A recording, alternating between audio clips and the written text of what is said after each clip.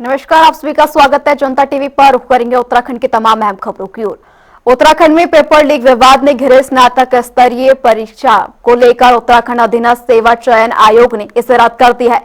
दरअसल हरिद्वार के एक केंद्र से परीक्षा के 12 सवालों का अंश लीक होने की खबर के बाद मामले की जांच कर रही एकल सदस्यीय जांच आयोग ने मुख्यमंत्री पुष्कर सिंह धामी को अंतरिम रिपोर्ट सौंप दी है और अब रिपोर्ट का अध्ययन करने के बाद मुख्यमंत्री ने परीक्षा को निरस्त करने की सिफारिश की, जिसके बाद यूके SSSC के अध्यक्ष GS मरतौलिया ने कुछ ही घंटों में परीक्षा रद्द करने का आदेश जारी कर दिया। अब ये परीक्षा 3 महीने के भीतर दोबारा कराई जाएगी और इन सबके बीच CBI भी मामले की जांच में सक्रिय हो गई है। वहीं बीजेपी और उत्तराखंड बेरोजगार संघ ने सरकार के फैसलों का स्वागत किया, जबकि कांग्रेस ने कुछ सवाल उठाए। कांग्रेस प्रदेश अध्यक्ष करण माहरा ने पूछा कि आखिर कब तक यूके SSSC के अध्यक्ष GS मरतौलिया का इस्तीफा अभी तक क्यों नहीं लिया गया। देखिए, बहुत ही स्वागत योग्य कदम है। माननीय मुख्यमंत्री जी ने बहुत ही अच्छा निर्णय ये लिया है, नौजवानों के हित पर निर्णय लिया है और नौजवानों की मांग पर निर्णय लिया है। सारे बेरोजगार संघ के पदाधिकारी और जितने भी अभ्यर्थी थे जो एग्जाम में बैठे थे, जिस तरह से आंदोलन हो रहा था और उनकी ये मांग थी परीक्षा रद्द हो। और उस दिन भी माननीय मुख्यमंत्री जी ने कहा था कि मैं एक कमेटी आज बना रहा हूँ और जस्टिस UC ध्यानी जी की अध्यक्षता में, और जैसे रिपोर्ट वो कमेटी देगी मैं उसके अनुसार कार्रवाई करूंगा। अगर वो कमेटी कहेगी कि मेरी पेपर रद्द होना चाहिए तो निश्चित रूप से हम पेपर रद्द करेंगे। तो माननीय मुख्यमंत्री जी ने सहृदयता का परिचय देते हुए उस कमेटी के रिपोर्ट के आधार पर पेपर को दोबारा कराने का निर्णय लिया है और आयोग को निर्देशित किया है कि इस पेपर को दोबारा कराया जाए और इस तरह की घटनाएं दोबारा न हो, इसकी हिदायत भी माननीय मुख्यमंत्री जी ने दी है।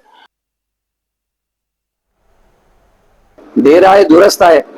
कांग्रेस इस चीज को पहले दिन से कह रही थी कि भर्ती प्रक्रिया निरस्त की जाए, क्योंकि ये जो है पेपर लीक हुआ है। सरकार और सरकार के अधिकारी मान नहीं रहे थे कि पेपर लीक हुआ है, वो लगातार कुछ बहाने दे रहे थे।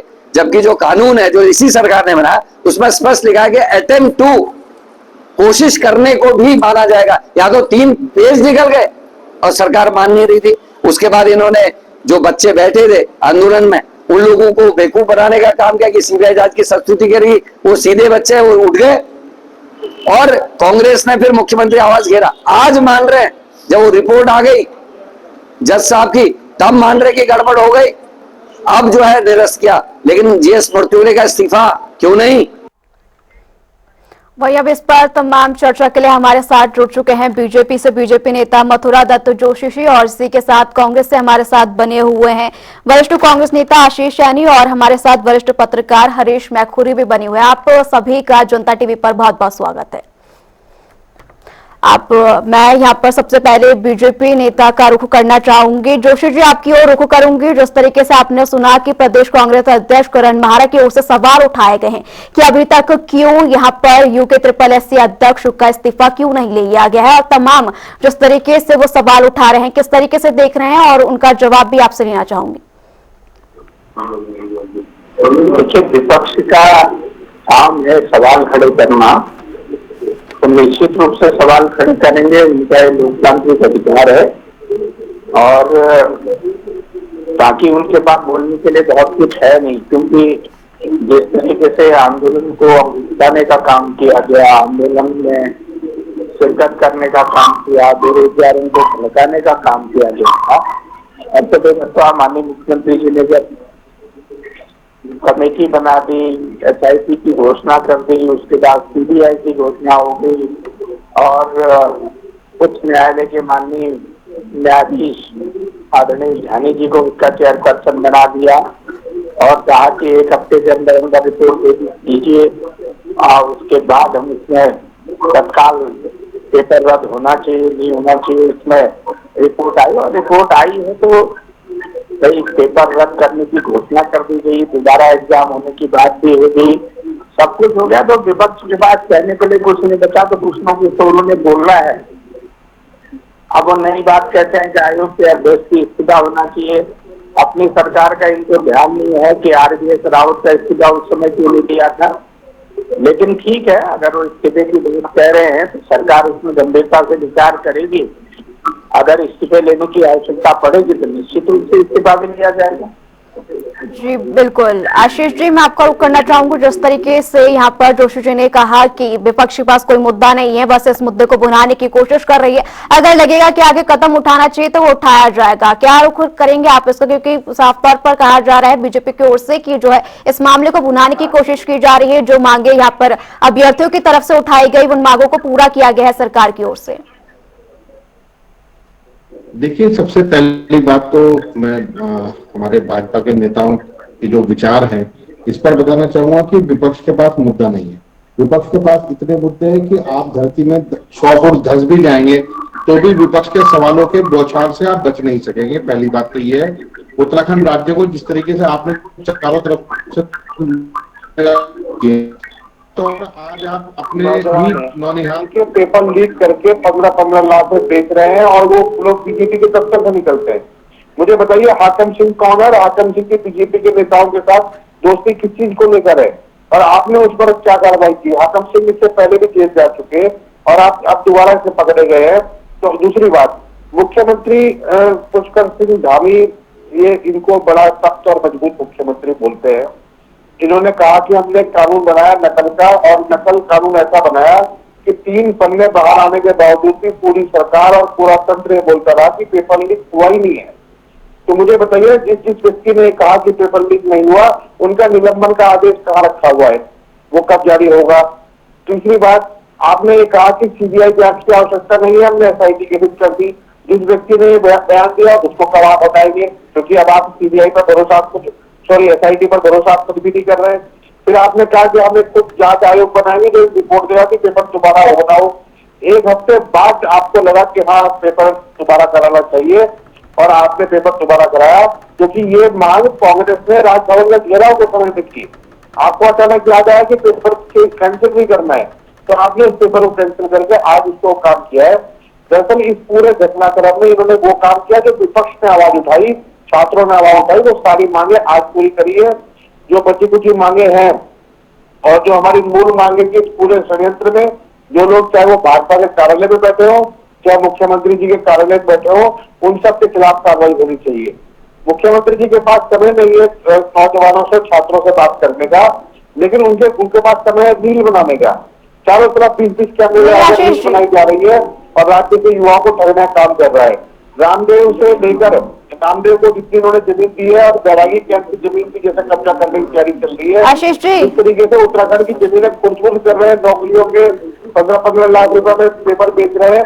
मुझे लगता है कि अब मुख्यमंत्री लुटेरों के साथ उत्तराखंड को लूटने पर आमादा है और विपक्ष के सवालों पर ये लोग इस तरीके से हल्की बात करते हैं। चलिए आशीष जी, आप विपक्षी सवालों के भी जवाब दे लेते हैं। आशीष जी, रुख कर लेते हैं यहाँ पर जोशी जी का। जोशी जी, सवाल उठाए गए हैं यहाँ पर, अगर बात करें आशीष की ओर से तो उन्होंने कहा कि मुख्यमंत्री की ओर से पहले कहा गया कि एसआईटी की जांच कर लेते हैं, फिर जो है अब सीबीआई जांच के लिए पहले मना किया गया, फिर सीबीआई जांच भी कर ली गई। अभ्यर्थियों की ओर से जो सवाल उठाए गए, विपक्ष की ओर से भी वही सवाल उठाए गए, यानी कि यहाँ पर कांग्रेस की ओर से साफ तौर पर कहा जा रहा है कि जो मांगे यहाँ पर विपक्ष की ओर से उठाई जा रही थी, पहले तो उसे जो है बीजेपी मान नहीं रही थी, लेकिन जिस तरीके से अब देखा गया कि परीक्षा भी रद्द कर दी गई, कांग्रेस की ओर से मांग की जा रही थी, लेकिन उसके लिए पहले एसआईटी गठित की गई, फिर उसके बाद एकल सदस्यीय टीम की यहाँ पर जो है रिपोर्ट आई, उसके बाद जो है परीक्षा रद्द की गई। तमाम सवाल जो है वो उठाते हुए नजर आ रहे हैं। देखिए दुर्गा जी, ये जनता की सरकार है, भावनाओं का सम्मान करने वाली सरकार है और प्रदेश के यशस्वी मुख्यमंत्री आदरणीय मोदी जी ने कहा था कि मैं नौजवानों के साथ बेइंसाफी नहीं होने दूंगा, नौजवानों के हितों में मैं डाका नहीं डालने दूंगा और नौजवानों की रक्षा करना, उनकी सुरक्षा करना, उनकी भावनाओं के साथ खड़े रहना मेरा पहला काम होगा, मेरा पहला कर्तव्य होगा, ये माननीय मुख्यमंत्री जी ने कहा।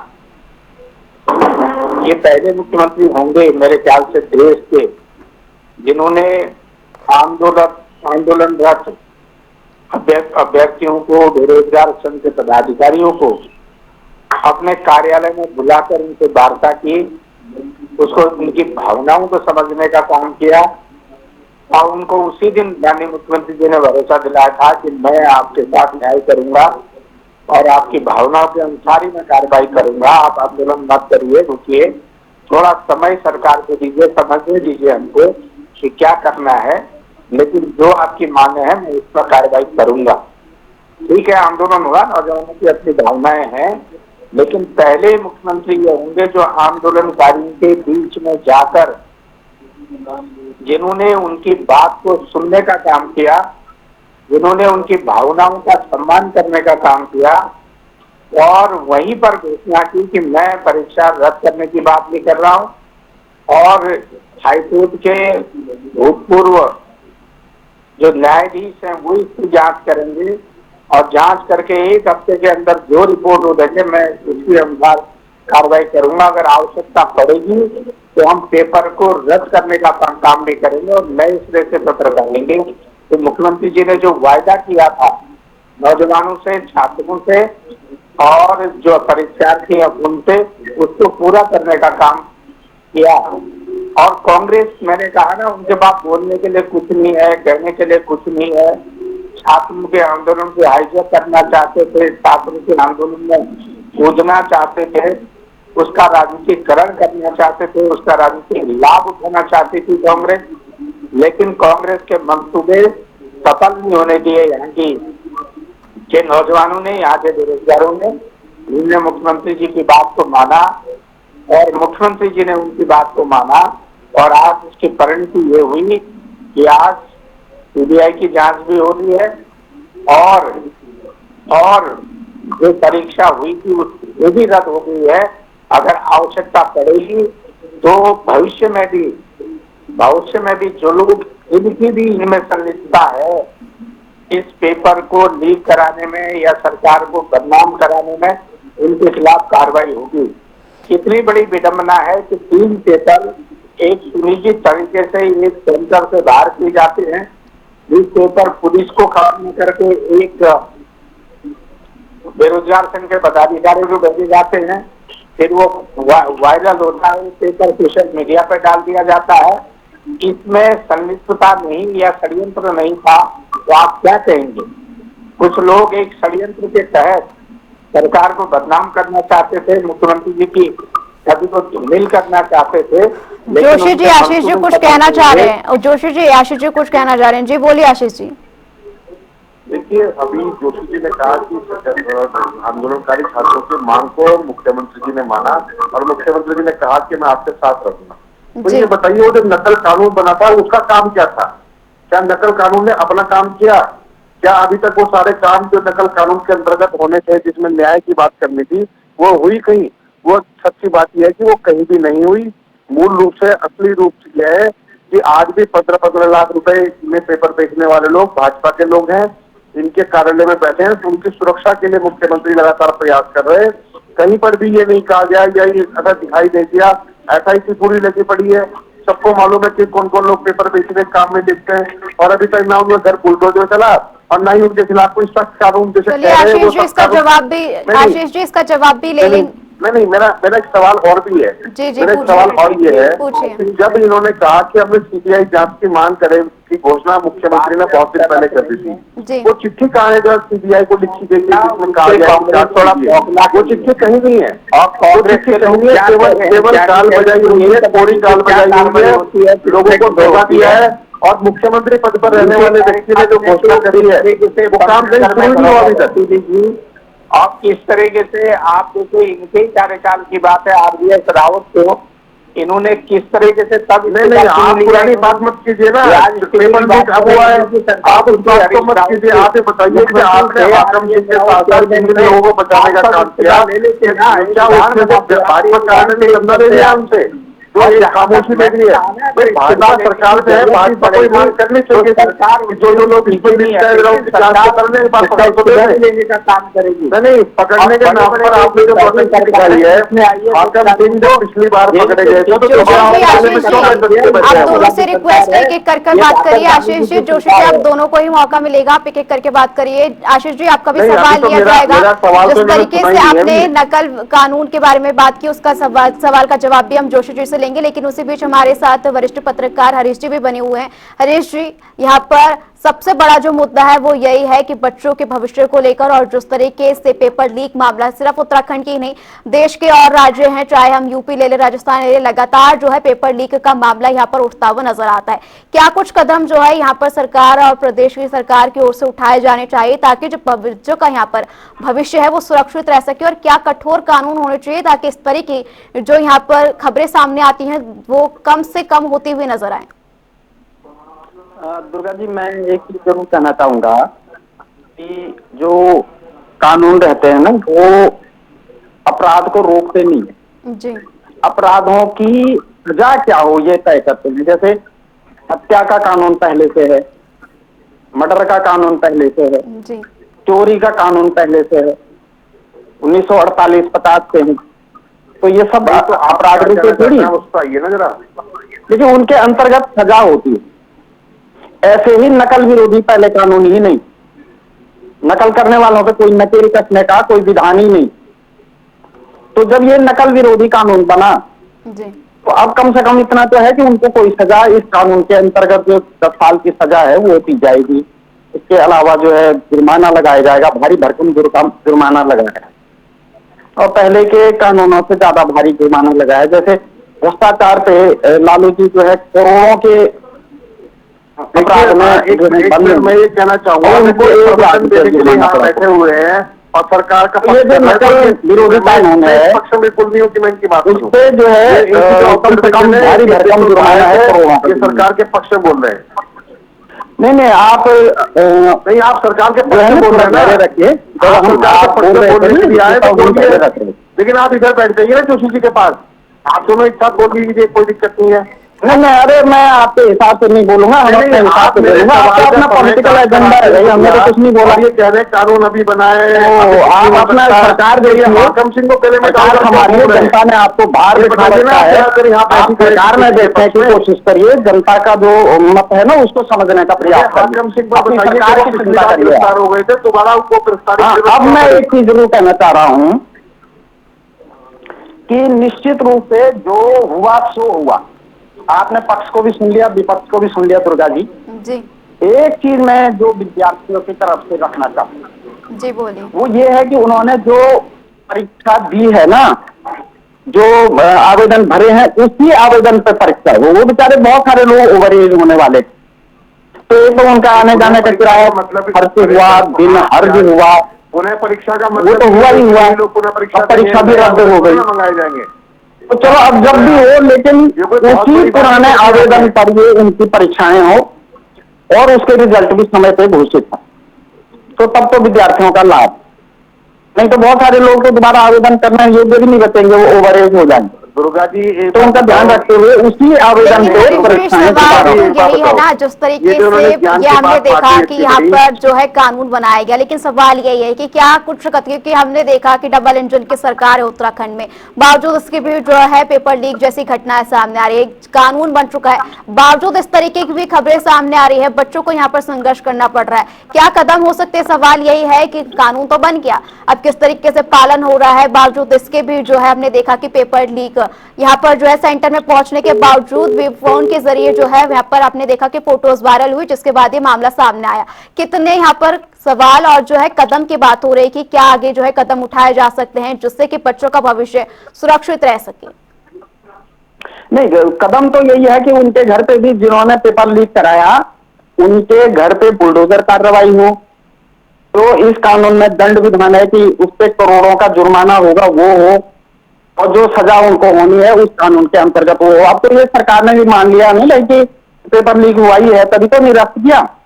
तो जब पेपर लीक हुआ है तो सबसे पहले बुलडोजर कार्रवाई शुरू करो, जेल भेजने की कार्रवाई शुरू करो दोषियों को, तो ये तो होना ही चाहिए। इसके अलावा हम ये कह रहे हैं कि जिन विद्यार्थियों ने पहले आवेदन किया है उसी आवेदन पे दोबारा परीक्षा हो।